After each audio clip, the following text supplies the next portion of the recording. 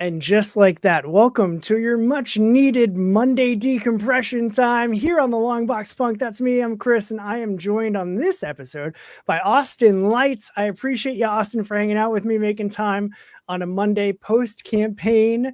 I think we're going to get into a lot of really fun stuff on this stream. Thanks for being here, dude. Absolutely. Thank you for having me. For sure. For no other reason than just to say, hey, there's this guy. So I'm really good at like, hey, this guy. So that's it, man. That's it. So thanks for tuning in, everybody. And that's a wrap. Okay. And scene. Perfect. So Austin, like you've got your Envy comics, which we're gonna be getting into, which is like a super unique premise. I feel like it doesn't read like a lot of other comics that I've read before. So I'm excited to talk to you about that and dig into like why we're talking about demons with human abilities and no demon powers. We're gonna get into all of those things, but first, because it's a comic podcast, like I gotta know what's your origin story. How did you get into comics? Like, how did you start making comics? Where did all this come from for you? Well, I was just kind of slightly gifted at like art at a young age, like enough to like impress people, and therefore that was like a positive feedback that was like, okay, I guess I can kind of develop this a little bit. And in third grade, I was making this really dumb comic with my friend, and my friend, his name Kevin, and he would sell stories at the lunch table, and he would just be like, okay, the adventures of Stupid Guy, and today this episode of Stupid Guy, he is going to be with this giant Siberian tiger that he has to like be friends with, and they're going to go on this roller coaster. And it was just this dumb shit just every day, and I always looked forward to hearing it. And I eventually started like kind of making this Stupid Guy comic, and then there was also this thing, if you watch like old Cartoon Network, there were like bumpers between the commercial break and the show.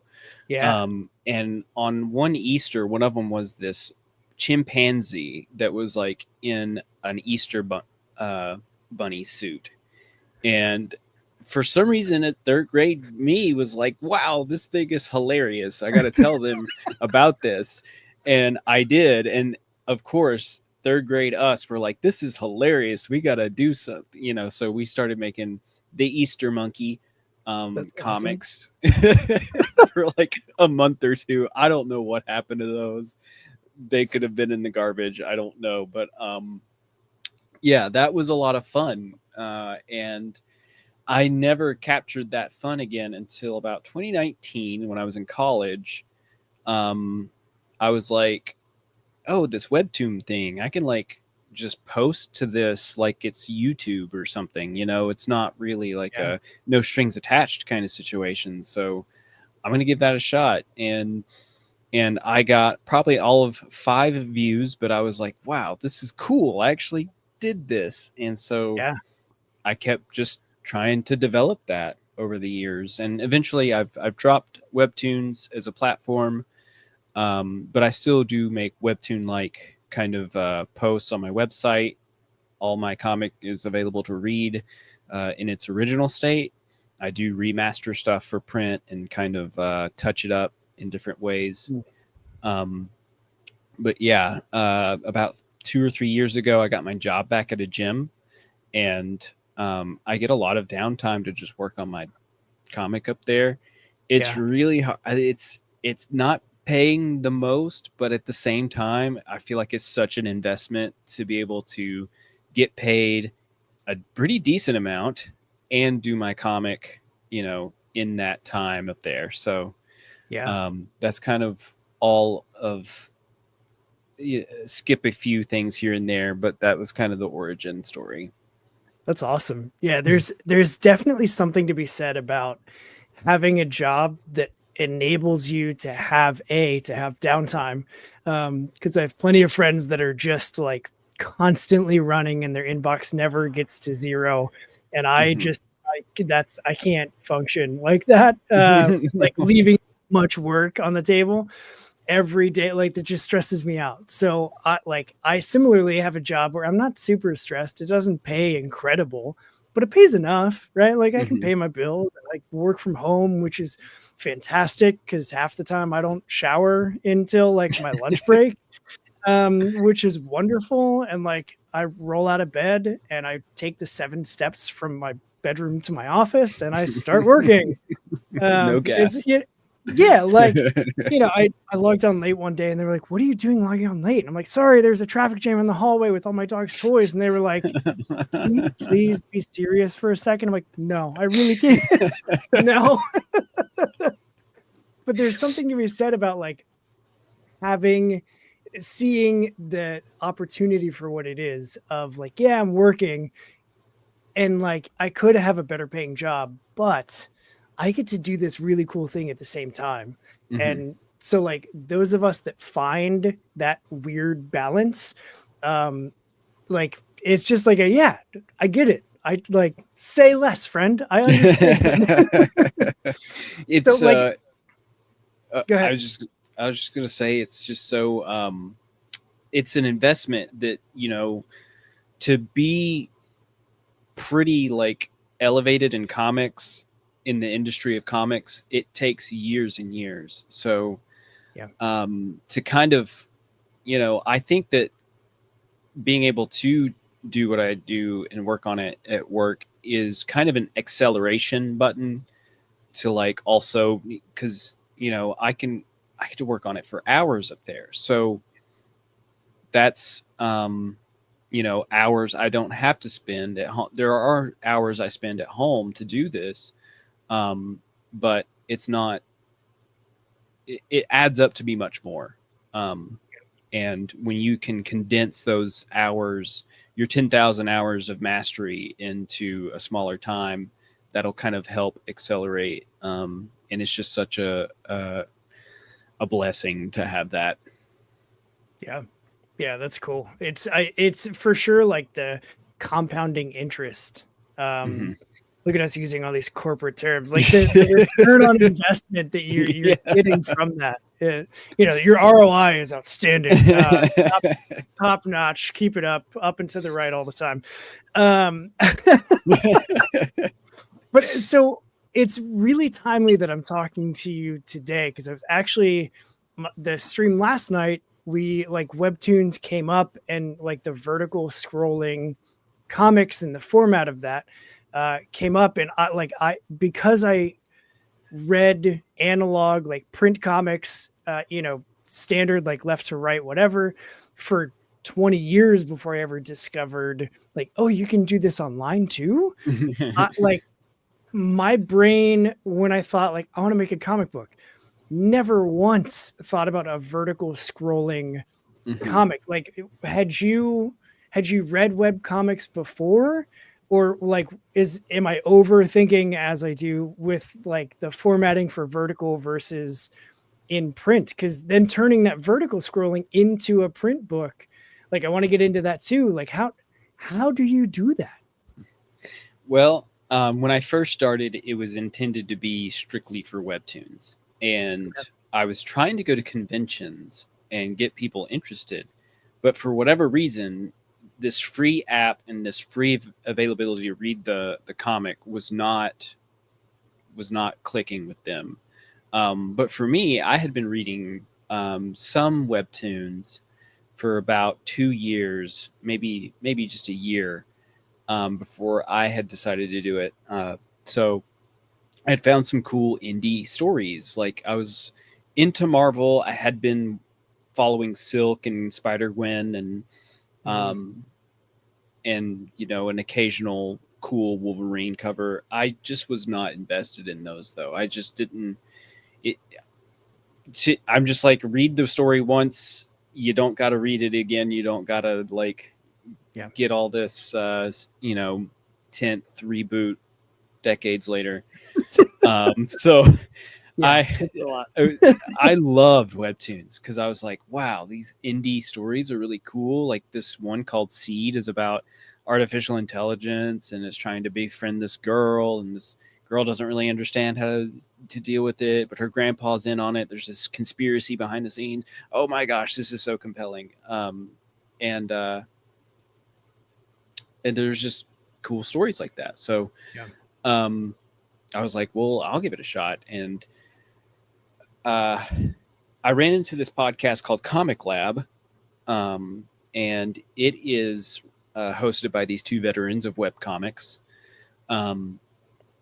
And one of the first episodes I listened to was like, you should probably not do webtoons. And I was like, what? Awesome. Why? Why? And then, so they divulge all the reasonings, like IP can get kind of confused and lost in terms of service. The algorithm is not very kind to anything that is outside of kind of an anime aesthetic with romance attached to it. So those Korean studios are just, they have that platform, like they own it. And then just getting people to read it and like download the app and everything, like just the problems that I was facing was there. So I was like, well, then what do they do as webcomic artists? And they were like, so they get into their their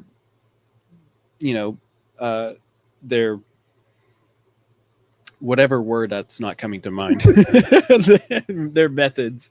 And one of them was their main method is just to post it free on different social media platforms. They do it on Reddit. They do it on Imager. They did it on Blue Sky. They used to do it on X. They did it on Instagram, Facebook, anywhere that would, as time shifts and the attention shifts on these places, they would try different places, and they kind of were able to do that. Now they had done it way different before social media, but that's what they do, and they get people interested in reading that way and following, and then that's how they kind of get interest in their Patreon and in their Kickstarter. So that's kind of the method that I wanted to follow after that. So one of the things that they were very adamant about, and something that I would be very adamant about, is having my own website, because I've got to own this. Like this is my nest egg, and I want to make sure that there's no outside influences trying to make it not what I want it to be. So that's kind of how that progressed. So because I'm currently looking at the setting up my own website, somebody that I've had on the show before is very into get your own website, put your stuff on your site, have it on your own platform. Don't drive people to somebody else's platform and give them money. Like, you should be getting the attention, you should be getting the revenue from sales, all those things. So how did you approach that? Did you just do the hey Google, how do I set up my own website? Or did you already know that? How did that happen? Well, I had a little bit of experience in web design. I had done it for different, I had done it at the bare minimum for different things. And in college, because I went for graphic design and stuff. Really, they have templates, and the template that I used is called Tucheki, and that's the one that they on Comic Lab kind of promote. But it's designed to where, so I'll get it more into the practical application of doing the whole vertical scroll. I make a very long document on Photoshop, and then I use the slice tool to segment that document. And once it's in segments and sliced, you can see where it's going to slice on the document. So I start putting the panels where they're not going to get cut in half or something. So I put them in their spot, or I put a page on there. I cut it out with the select tool, and then just leave it there. And then you export it, and it'll export all those divided slices as their own image. Then cool. I can put that on anywhere that fits those images. So I usually do a perfect square. That way it pretty much fits anywhere. Yeah. And I can go into the WordPress that is set up for this template. I'm hosting it on DreamHost, and they have a WordPress kind of thing that makes it a little bit more user-friendly as a web designer. And that Tucheki template has a section for posting a comic, and you just go to post comic, and then you go to the it says post your sliced comic here, and you just click there and add all the images, and then fix up the details, alt text, and then the full pages if you want to post the full pages, and post it, and then it puts it wherever you templated it to be posted on your website. So and then I had some problems that kind of came up with the design. I try to mess with something, and the picture's like pushed real small, but on my preview it's not real small. I'm like, what's going on? So I go to ChatGPT and I'm like, hey, give me some coding here. This is the problem, and this is what I need it to look like. And it's like, okay, run through these steps, do this. And so that aspect of AI really helps me make sure that the website can look good and function good. So that's more of a recent thing. So that's wild. There's way more than I ever like expected. I mean, like as you're saying, I'm like, oh yeah, that totally makes sense. I don't know what I expected it to be, but as you were going through every step, I was like, oh, and then okay, and then no, okay, all right, got it, cool. So, like with your background in graphic design, and then like, do you do art digitally, or do you analog scan and then like have the digital files that you're then manipulating within Photoshop? So I will sketch, I make my thumbnails, and then I get the comic book paper, and I'll sketch it on the back of my Bristol board blue line comic paper. Okay. And it'll be the correct orientation. Then I flip it, and then on the light box, I see all the problems that are with that orientation, and then I try and fix those on the right side of the paper. So on the actual blue line correct side of the paper, it's the wrong orientation because I had to flip it. But this is the easiest way to do it, where I get the most accurate and pretty lines, and then I'll ink it, and then I scan it, and then I take the scan photo into Clip Studio, and I start editing it. So I actually, fully re-ink it. Like I just,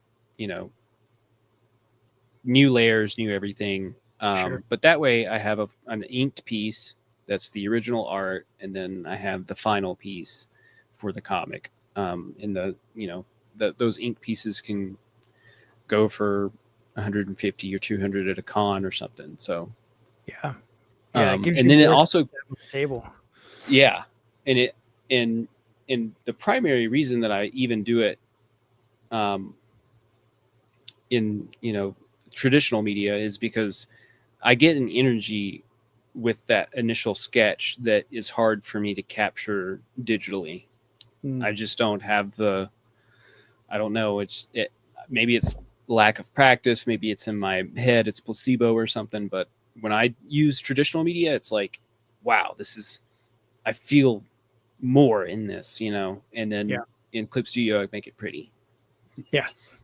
I think that's a common occurrence too of there's something to be said about like the feel of pencil and then ink on paper or Bristol board.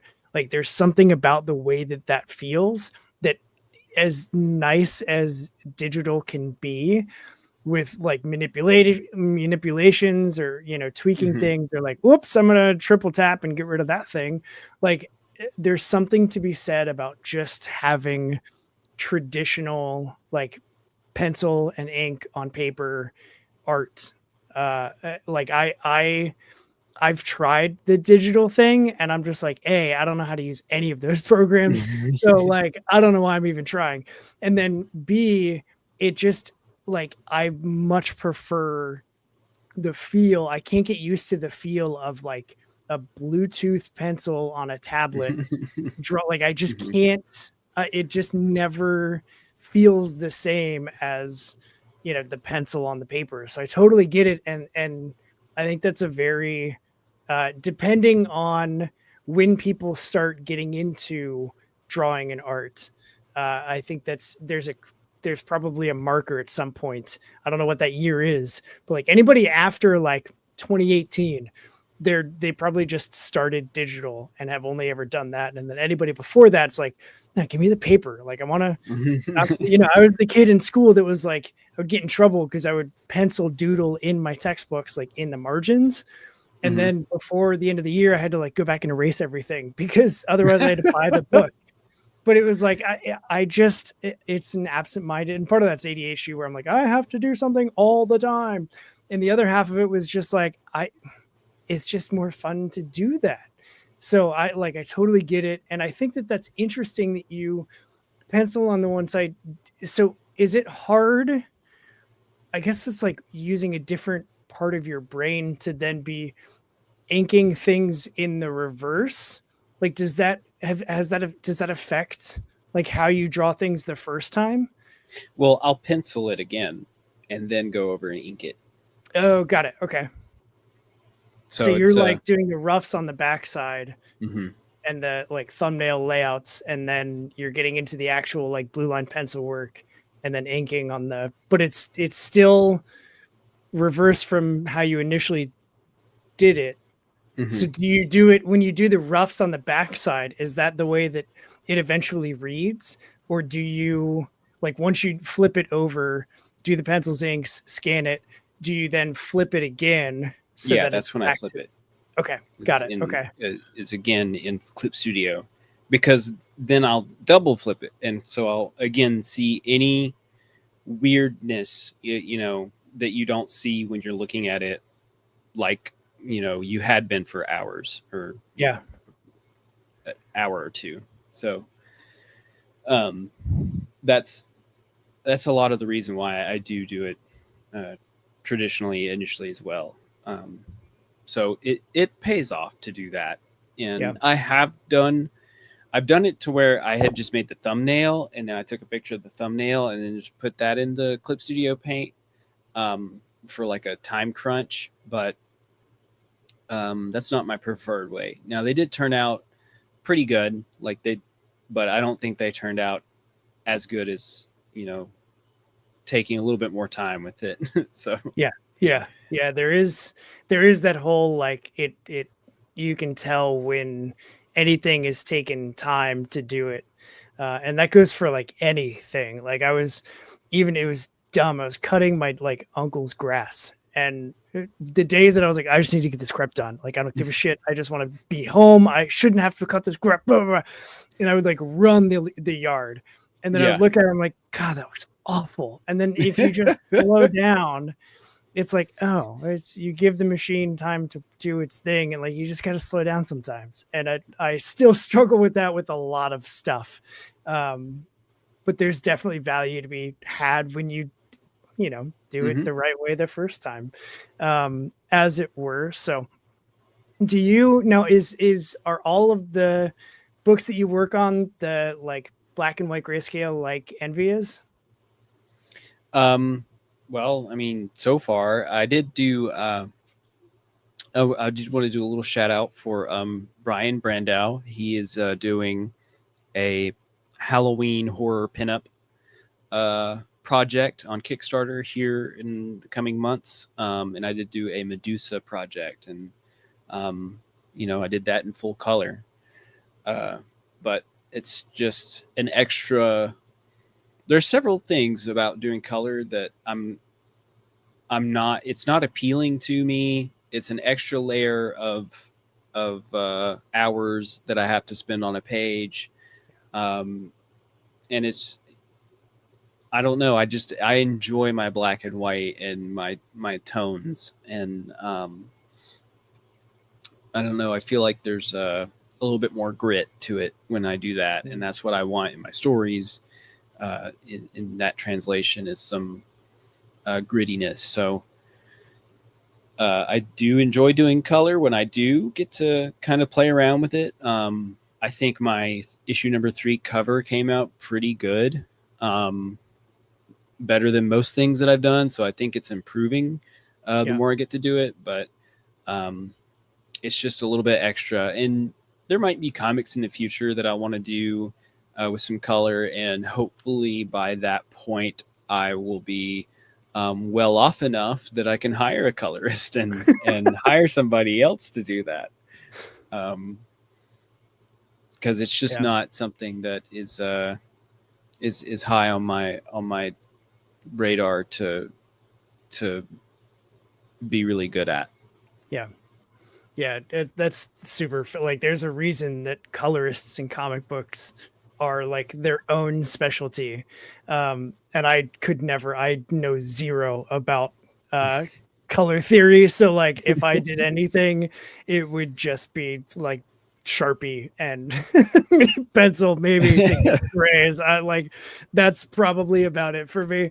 But like, so with the tonality and with the black and grays, do you, like, when you're reading just for like pure enjoyment, do you find that you're still drawn to like black and white, like manga style, or do you also like read full color and everything? Well, when I read Hellboy, I was really enjoying the colors, the palette that he would that his colorist used. It was probably something to aspire to if I were to kind of get into color, because it's just flats, like, for the most part. His color is just flats, but they're very they go very much hand in hand with Mignola's work. So the Watchmen was a really good color. You know, I do enjoy color. I just it's not like a make or break for me, though, for a story. I just don't need it. And I think that manga in its 100 years has proven that you don't need it, because it's plenty popular, and it has its own charm to just be in black and white and tones, and by the way, if I had to do screen tones the traditional way, I don't know if I could be in this industry. That is like rough.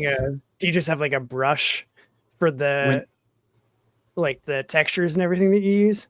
Yeah.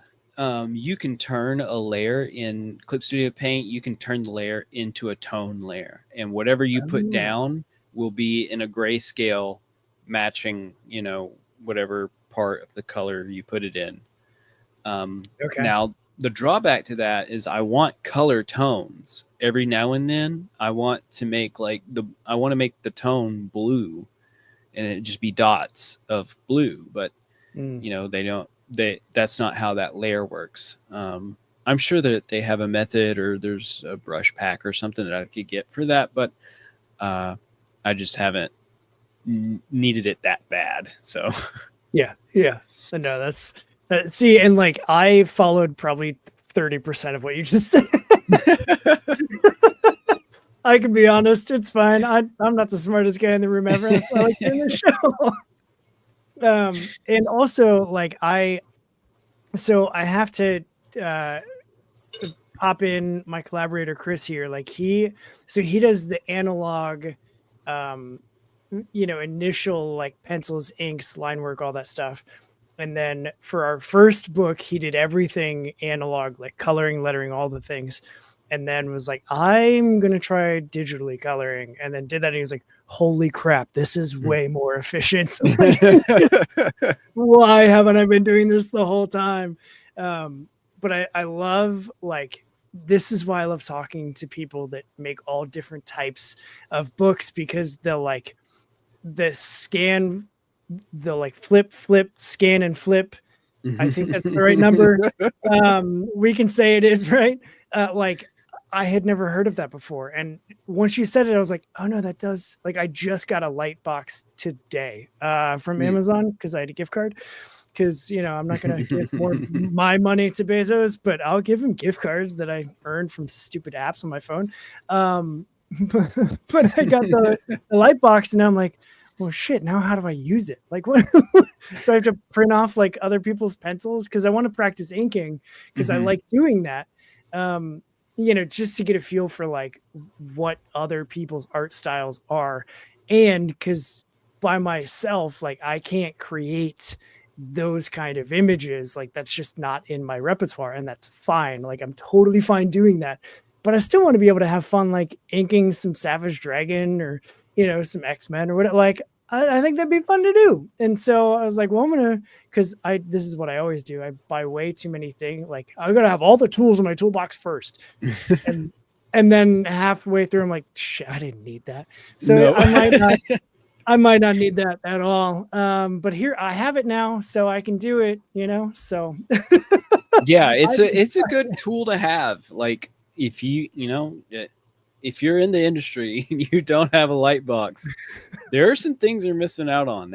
That's one of those ones that's just because it's so versatile and cheap, that it's just kind of like and flat. So like it just can slide into different places that you need. I carry mine in my backpack all the time. Yeah. And I was amazed how thin it is. Like it's ridiculous. I was like, God, that's barely thicker than like the USB-C charging port. Like that's insane. Yeah. Like cool. Yeah. All right. Great. That's less like a light box, more like a light plate. But I'll take it. I do wish that I could do more some of the traditional stuff. In college, I took this digital watercolor class, and the instructor had us layer these things on with like with watercolor and ink, and we would just do a pass. Well, a lot of the times we would take like a photo of something, and he had a big Epson printer that he kind of jerry rigged to do different things. Okay. And one of those things was to take our watercolor paper and print on it. So we would print whatever we needed onto some paper, and then paint and collage, and then we could run it through the scanner again, and we could digitally do stuff with it on Photoshop or something. That's awesome. Or do stuff with it on Photoshop, print it again, and do more stuff with traditional stuff. So that was so fun, and watercolor is so fun when you get the hang of it. It can be so pretty, and then even prettier when you put it into Photoshop and you like blast it with some, color layers, and like change the color, bump up the reds, bump up the greens or something. It's fun to do that too. Yeah. In terms of like doing color, that would be color I would have fun, but you need some tools for that. Yeah, it sounds like a significant toolbox that you would need to pick up to be able to pull all that off. So, so let's talk now that we've talked all sorts of process stuff, which I am just fascinated by. Let's talk Envy. Like, what's so the campaign for the third chapter volume recently successfully funded. And so now you're like post campaign, getting back into the swing of things. Like what's the story about for anybody that's not familiar, and like where are we at with this third volume? So Envy is about a demon king, the demon king Belial, that she's summoned to our realm. There's a conquest in the back. She's summoned for a purpose. And she needs to fulfill this purpose. She is instantly met with the Archangel Michael. They fight, he wins, he leaves. She's kind of bleeding out. She's going to become ether, and she's going to have to be reborn as a demon.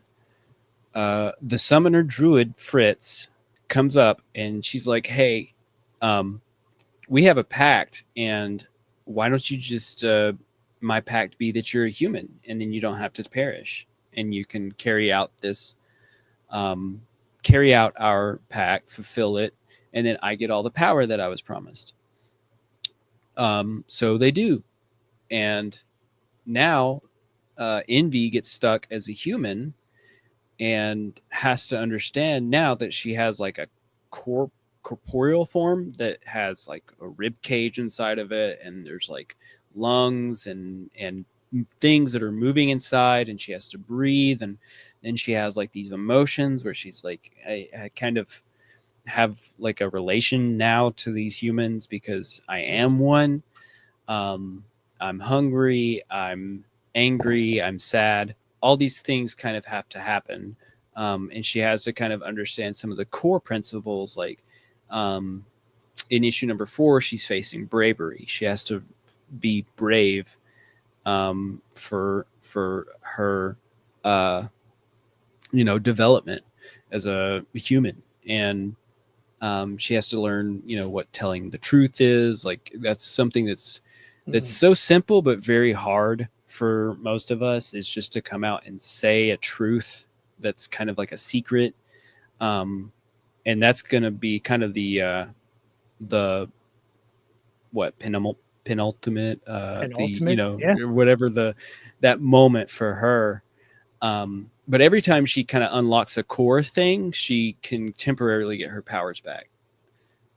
Because this is action, this is horror. There is aspects that kind of cross here, and I gotta have her fighting. She's gotta there's got to be some combat here. And there's other demons that are in this whole mix that's having to find their own way. And it's just been, it's been real fun trying to figure all that out, because I kind of made a cast of characters that I didn't realize was a big cast of characters. It kind of expanded into something that I was like, oh, wait a minute. It can't go much further than this if I want to do them justice. And like, I want this story to be done in a number of years. And so, it's been real fun to get some of these characters to like talk to each other. Like, what are they going to do? What are they going to say? Where's that going to take the story? But yeah, it's very much action oriented, and I would say that her ability is going to be kind of like All Might, if you are familiar with My Hero Academia. It's been a while since I read it, and I didn't get very far. But I can pretend. Yeah. Oh, okay. Yeah. How far? For sure. Got it. Okay. Yeah. So All Might can only temporarily have his powers for a little bit. He makes a front that he's very powerful. He makes a front that he's the symbol of peace for everybody in this world. Yeah. But his time, he had a very bad injury, and his time using his powers is dwindling. So every time he uses it, it gets just a little bit chipped off. But this is kind of going in the other direction. Envy's going to have to, understand something, and then her powers are going to be a little bit better. Understand something, her powers are going to be a little better. To face off against the final evil that will be very fun. I'm not going to talk too much about it. But issue 1 is kind of like a prelude. You kind of get an idea of the feeling and the vibe of the story. You get some of the characters, and it's very oriented around hell. The second issue is very much like the origin story, and now issue number 3 is really getting into the bigger scene, the bigger picture. And I'm working on issue number 4, and I just finished page, not number 2, but 2 pages of issue number 4 today. So, yeah, that's underway now. And this gets posted on my website. So, like I said, it is in a vertical scroll format, online, available to read. And I do that before I put it to print so that people kind of get interested in it and they get excited about it, and they get a good product in the end. Because when you do it one time, you might look back and you're like, oh, there's some little thing there I need to change, or a little bit of a script thing I need to change. And so you do get the benefit of like getting to approach it a second time when you get to print it. Yeah, I love that that's pretty much approach the story. too. Like it's so, it makes so much sense to like grow the audience and then like, hey, I want to put this into print for all of the people that like want to have the book. And so you've got your core people that may have been reading it online, which the website is linked in the details below. So AmericanDemonComics.com is where you can find it and read it, just as I was earlier this week and today, even in prep for this, which is great because I'm like, sorry, babe, I can't help you with landscaping. I got to prep for my show. You know what I mean? And I'm just in here reading comics. There's a life hack for you. Yeah. But yeah, like I like, I think it's great how everything is laid out. Like it feels like something that you've put a lot of intentionality behind in like the planning of it all and the execution. Like once, I know you were saying before we came live that you're like getting back into the regular rhythm of things. What's your ideal, like, I don't know, schedule like with making the pages and releasing them? Is there one? Like, how do you release on your website and know like when to publish new pages? Well, when you start publishing, you kind of have to figure out what's going to be a satisfying update for people. You don't. So I was at first just posting 1 or 2 pages at a time because I just wanted to get it. I just wanted to have it frequent. But I kind of come to understand that my pages aren't having that satisfactory moment every page. It's got to, things are developing a little bit. So I kind of figure out what the scene is and then say either the scene is going to be in 2 parts, if it's too long, or it's, or this is good enough. This is going to be an update enough. So I usually make a few pages that are going to be that scene. I do everything all at once. I'll do the thumbnails, the sketching. I usually do thumbnails way ahead, but the pages I'll do the sketches, flip them, do the inking, and then take them into Clip Studio, and then I finalize all of them in Clip Studio, one at a time. Okay. But then when I'm like, okay, all these pages are done, this is an update, I'm going to publish this to my Substack, to the website, to Blue Sky, all that stuff. And then after that, I'm just like, okay, next scene. It's this many pages. I'm going to sketch these, ink them, scan them, finalize them.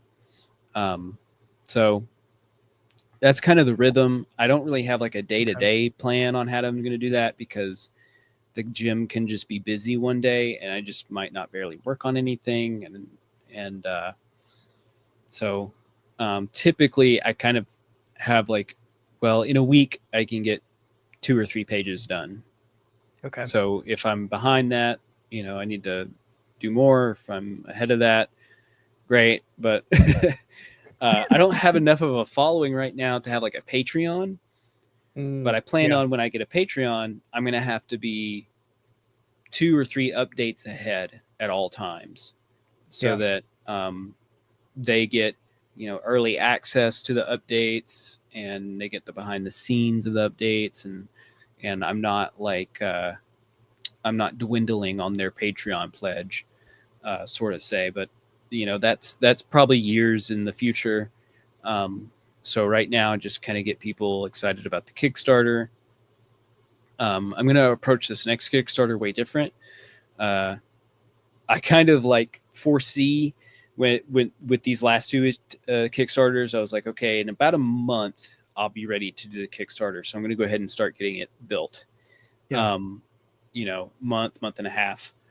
But this time I'm like, okay, I got to get that pre-launch page up at least 6 months ahead of time, because this is going to be the issue number 4. I'm debating if I'll even have a floppy for it, but it's definitely going to have a volume. So I'm going to have like the omnibus of 4. So that's going to be a much taller order of a goal. So I'm going to have to try and be much more prepared and much more adamant about promoting it. And I hope to get a cover done in the next 2 weeks, so that I can get that pre-launch page up, because I've got a lot of cons coming up in the next 2 months. That would be great to get people, following that page, and ready for the launch, so that I can make it a good launch. But yeah, I don't remember the point or what the question was at this point. I'm just rambling. No, that's all good things to like think through. I always heard the pre-launch thing didn't seem like it was a thing like a year and a half ago. It was only in the last year and a half that now I'm noticing a lot of times like people put up the pre-launch and then use that as the funnel to get people to sign up. And then, once they hit whatever that magical number is, or once it's been a set amount of time or whatever, because we were just like, when are we going to launch it? I don't know. It should be on a Wednesday. Okay, well, we need to get things further. So like 3 weeks from now? And it was like, yeah, let's do that. Okay, cool. I'll put the page together. And like, that's how we did it. And, we could have gotten far more. But I see some people that have it like, and personally, I have some projects that I've pre-saved. I know for a fact I pre-saved it in like 2022 and it still hasn't launched yet. And I'm like, yo, either launch it or, like, should have get off the pot here. Like, what are we doing? I want it, because every time I look at my saved list, I'm like, that looks like a really cool book. When's it going to launch? It's like launching soon. I'm like, yeah, but is it though? You've been saying that since 2022. Come on. So I don't know. I don't know what the answer is. I don't even know if there is an answer, but it definitely seems like any more than when I look at like my projects backed, my projects saved, the project save number only ever like slowly increases even after launches, because so many people are just like, get the page together and put it out there. And then we can, and get followers and get whatever. And even like reading all of the Kickstarter for creator articles, they were saying like, yeah, get your pre-launch page up and like get all the signers and have all the followers for the page, so that when you launch, once you hit like 100 seems to be a magical number. And I'm like, is it though? Like, is it? Because depends on how much you're trying to get. Yeah. That is very subjective. Yeah. Everything is right. Like there's so many variables. Like what's your goal going to be? What's your average pledge expected to be? Like how many do you have to get to that goal? Like that, shouldn't that play? It should be an equation, not just like 100 and then launch. Yeah. So, okay. Well, got it, guys. Thanks so much for that. So, but like, again, I don't remember how we got here, but speaking of Kickstarters, let's just hard transition, because you're in the, like, you funded, you're in moving into like the fulfillment stage. Like what is that? Because I'm going to be dealing with that like this weekend. So like, what am I in for? What the hell happens next after you get the email with the confetti of like, you're funded? Yay! Well, it's just a matter of when all your products get there. That was kind of the big weight for me, is just I had a sticker that had not been printed yet. And then on top of that, I was getting like a few more stickers made that were either refills or new ones for the vending booth. And then waiting on the comics, ideally you are kind of ready to send it to the printer, like once it's funded. But at the same time, you do have to wait 2 weeks for your funds to come in. Yep. So that's what I had to do. But, when those funds landed, I was like, okay, send to printer, and then a week later, I'm getting the digital proof, and I'm getting a physical proof. And then I make any changes, and then another week passes for them to have accepted it and then shipped it. And so all that time, I'm just kind of on standby, just making sure that it looks good, and then waiting for the products to come in. Then once the products land, I've got to kind of decide. So I have a lot of backers that were just friends and family, people I knew personally. They didn't need it shipped to them. I could just hand it over. So I started figuring out who was going to be getting it in person, trying to whittle them down. On your backer report, you can set the status for people. So even if it wasn't an accurate status, I would set a status for somebody that would be different. Like, okay, this person I've shipped it to, even though I didn't really ship it. I just handed it to them in person. That way I don't have to worry, refresh that list. I don't have to worry about them. And then all that was left were people that needed it shipped. And then I had to figure out what tiers they got, what add-ons they got. It feels a little messy, but I don't know. I've only had like 10 or 15 backers that I had to mail to. It's not that not that deep for me. Yeah. So we'll see how that goes when it turns into like 100 backers. So yeah, that's different. Yeah, I'm both thankful that we're at I think 67 backers right now. And half of those it feels like are digital, because like international shipping, I'm in Ohio, so like looking at international shipping was just a nightmare, especially with all the tariffs and the back and forth and the waffling of like, we're just 70%, 20%, 30%, 8%. Like, okay, it's all a nightmare. So like, for the sake of reducing our headache on our first Kickstarter ever, it was just like, sorry, international people, digital only tier. Yeah, and that's then, what I did. Yeah, like it sucks. Like it sucks to do that, because I know that, I've had people that reached out that are overseas or whatever. They're like, hey, I would love to get it, but like I understand, shipping from the States to London for like a package, not just a letter, but like a package, is like $27. And like, we have an 8-page comic with 4 pages of extras that are like being printed, and then like small prints and stickers and shit. Like, you know what I mean? It's not like a huge trade where it's like, okay, well, the trade itself is, $25 or whatever. Like, we're charging $5 for a physical copy. How can we then charge $27 for shit? Like, that's insane. So it's like, that's too much of a nightmare. But so like, I get I think I'm ready. Famous last word. I think I'm ready. But like, order all of the mailing supplies, and I have a buddy that's got a thermal printer that he's going to let me use so that I can print all the mailing labels and get that stuff taken care of. But like, is there a concern of like, once the funds hit, do you have okay, well, I got to order this thing first and this, or is there just like, as it comes in, you're like, okay, the money's here, so what can I do right now? And then you just start sending off all of the orders, and then it's the hurry up and wait thing. Yeah, I mean, it's really just a matter of what's the priority at this time, well, priority right now is waiting on the money to come in, because that's what it was for. That's what the Kickstarter was had a goal for, was to print the number of copies that you want, and then so you just wait on that, and I was like, okay, now it's landed.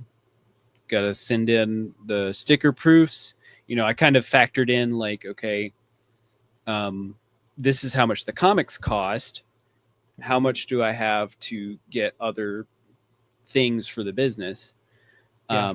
And that includes your mailers and whatever you're using, and postage and stuff like that. So when the money comes in, priority was, comics, make sure that that's covered. Good. Okay. Make sure that the, add-on or stretch goal rewards, whatever, is necessary going to people. Make sure that that's going to get covered. Okay, good. Now there's postage and shipping, and then bonus stuff if I want to get more stuff for the business. So you just put your backers at number one. Yeah. You just make sure that they're going to be happy with what they get, and then you just figure it out from there. Perfect. Yeah, I didn't know that you could set like the status thing for different backers from that backer report. Is that something that Kickstarter expects? Like, as you start fulfillment, like once we send all the digital files out, like, is there a like, oh, they're complete, and like, don't show me them anymore? And then once everybody's been marked complete, then Kickstarter's like, cool, you're done. Like, is that a thing that they do? I don't think so. Okay. So I was listening to the Comics Launch podcast that specifically talks about comics and Kickstarter. And he was saying like comics and publishing can have 6 unfulfilled Kickstarters going at the same time, or going like not at the same time, but like you can have one that's, unfulfilled, and then another one, or then start another one. And like, and I don't know what unfulfilled means. I don't know if that's like a certain percentage you set the person to ship, because honestly, my first Kickstarter, I didn't do any of that. I might have set one or two of them, trying to look at it, and I was like, oh, I'll just message them that, it's on the way. This is an update. It's on the way. Yeah. And everybody got their stuff. As far as I know, nobody said that they didn't. So I didn't think about it, but I went back to that page, that Kickstarter page, and like, if you go to like one of the tabs is like fulfillment or something, and it says, it said like 15% fulfilled, and I was like, should I put everybody up to shipped? Do I need to do that? So I did, and it said 100% fulfilled, and Okay. but nothing changed. I didn't know if that. I was like, okay, well, I guess it's officially fulfilled. And so I did it on the second one, but I don't know if there's like a percentage where it will count as fulfilled, or if it even measures it by that. But like, it's like 80%. Does that count as a Kickstarter fully fulfilled? Or I don't know the criteria there, but okay, that's cool. There. But it helped me when I was like setting them apart. I could be like, it has a lot of options when you're looking at the status of somebody. So I could put like in progress, and then or I put shipped. So whenever I got a label done, and put it on the package, I put it at shipped. And then anybody that had not responded to the survey and I didn't have an address, I just put them at in progress. And then that way I could just go to the thing and in the backer report and say, I want to see all the people in progress. And it gave me a list of people that have not given me their address, or I haven't given them their their reward yet. So it is helpful. Cool.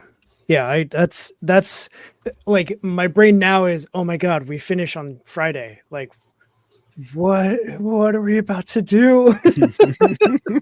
And so now, like, I had this mini like freak out yesterday of just like, oh God, no, well, like the excitement of like, it's gonna be a thing and it's real and it funded and all that stuff is now like, oh, okay, I gotta like, I already warned my wife, like, hey, you think I get a lot of stuff now? Wait until I start getting shipping supplies of like 100 mailers and like a box of our books whenever we ordered that. Like, wait until that happens, babe. And she was just like, fine, like whatever, just hide them somewhere. I'm like, yeah, I'll hide them back here in the office. Like, it's fine. But cool. Yeah, no, I like that a lot. My vendor setup takes up the entire trunk of my car at all times. Because if it didn't, it would take up a big chunk of our tiny little house. So yeah. So you're like the guy that's pedaling out of the trunk of your car, like, hey, you want some comics? Yeah, I got some comics, kid. Hey, Wally, you said you wanted some comics earlier. You said you wanted it. It's in now. It's in. It's ready. Yeah. That's awesome. Cool. No, that's a good. I love all of that information. Okay. The only other thing was that I have written down was that in chapter 1, the skull gateway that first murdered chick comes through is the coolest freaking gateway. Like that's the best way to enter the like afterlife of. It's also probably terrifying, but like I just really like that design. And then once the Satanist was like, yeah, okay, typical, guilty, bye, and snaps and slams his mouth shut, I was like, that's so cool. Like, I just think that that's rad. So I just wanted to tell you that I think that that's badass. Oh, well, thank you so much. So are there more things like that? Like, is that just you like playing around, having fun with designs of how things have to work? Well, I'm very influenced by several things. I'm highly influenced by World of Warcraft. I'm highly influenced by Attack on Titan. I'm fairly influenced by that old Disney show Gargoyles. I love Gargoyles. I love Gargoyles. A lot of that influence, I feel like, breaches through because that gate that she goes through is not a far cry from the death gate that Death Knights use in World of Warcraft. Okay. So I do kind of pull stuff from there. One of the so when it was a webtoon, one of my favorite things that I did, there's this painting, neoclassical painting called The Oath of the Hirashi. And it's very, fun, like very, what's the word? It's composed in a very brilliant and interesting way.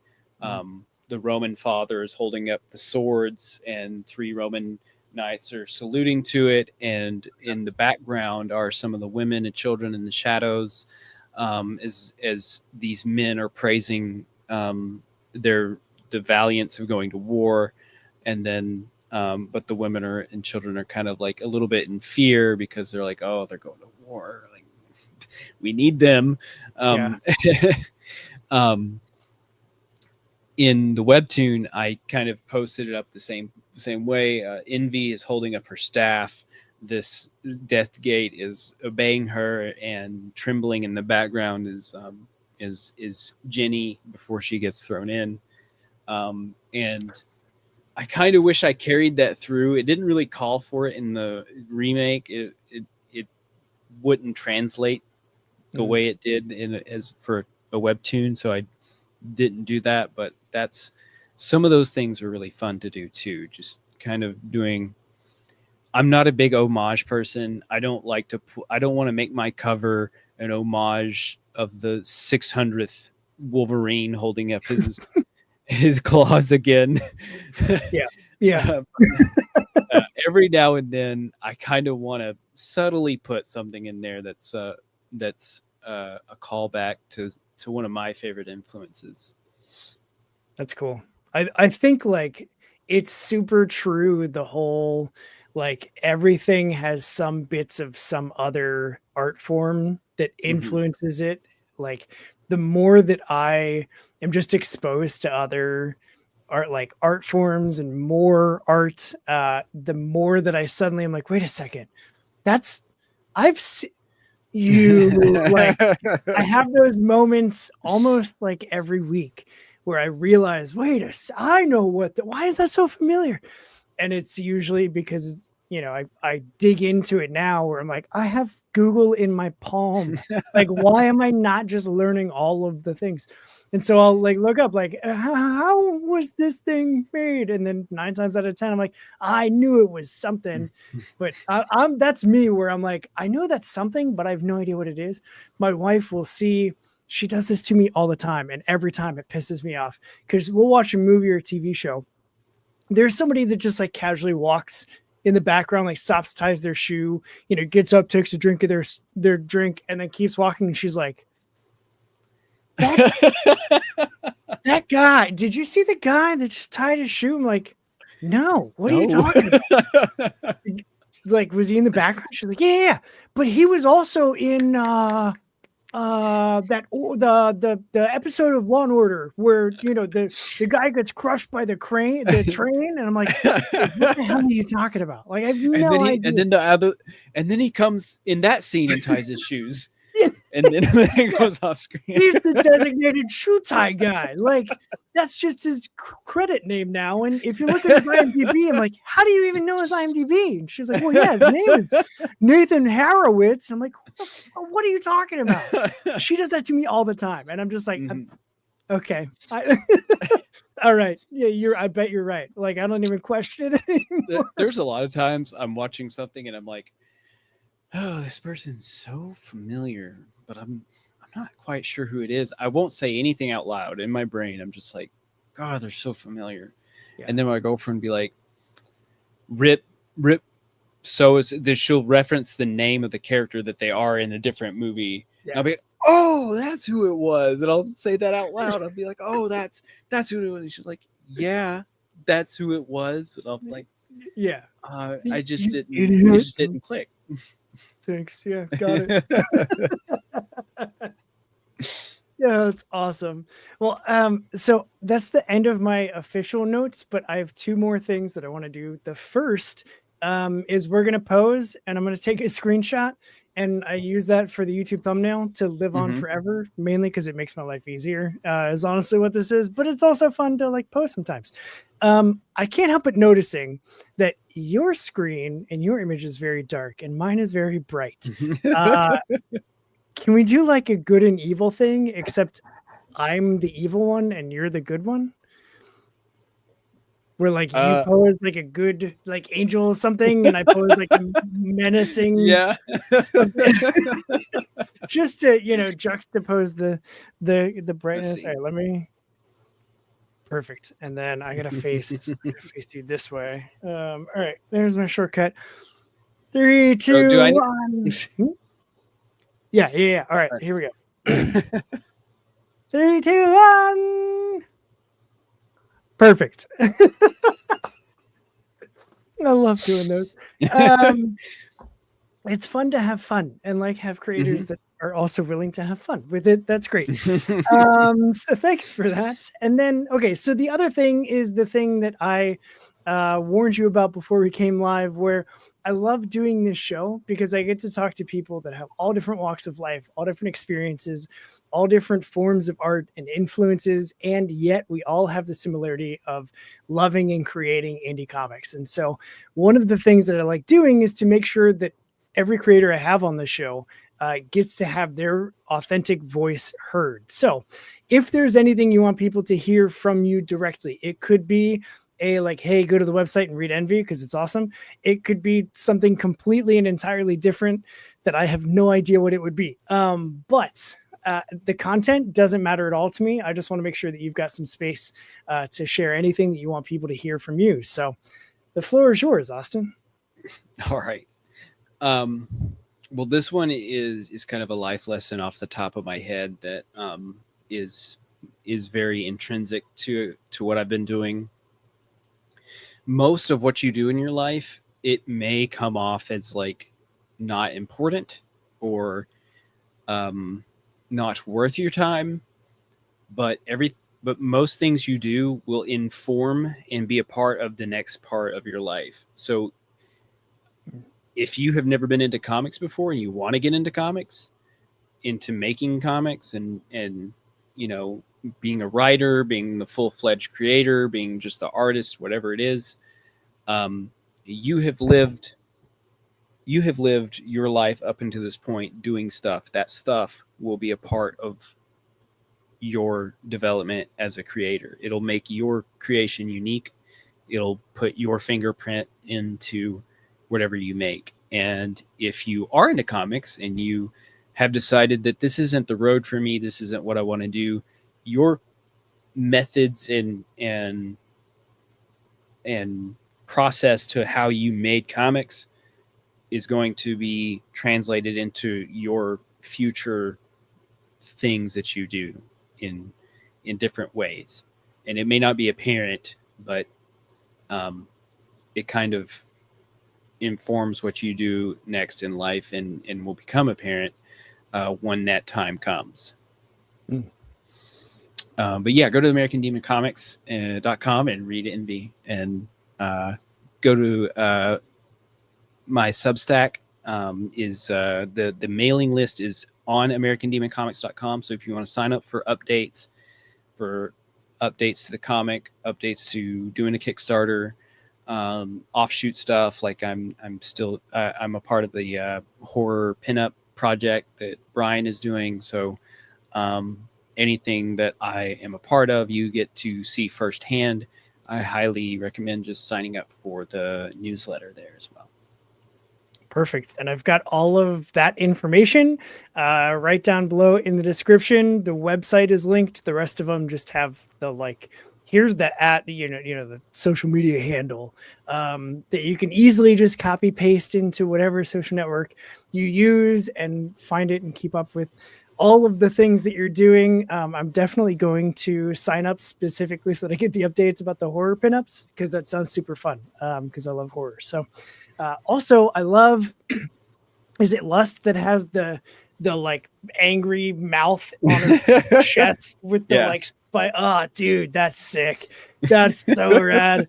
I saw that on the Kickstarter page, as on one of the preview pages, and I was like, what the hell is that? And how did I not mention Gaz? Like, my dude with the giant mohawk, just living in subservience to this druid and just getting entangled in all of these demons.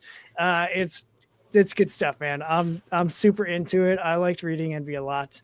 I look forward to what else you've got planned and what you've got coming up. And I will for sure be signing up to your Substack, because I need to be more intentional about using Substack. So that gives me an easy excuse. So absolutely.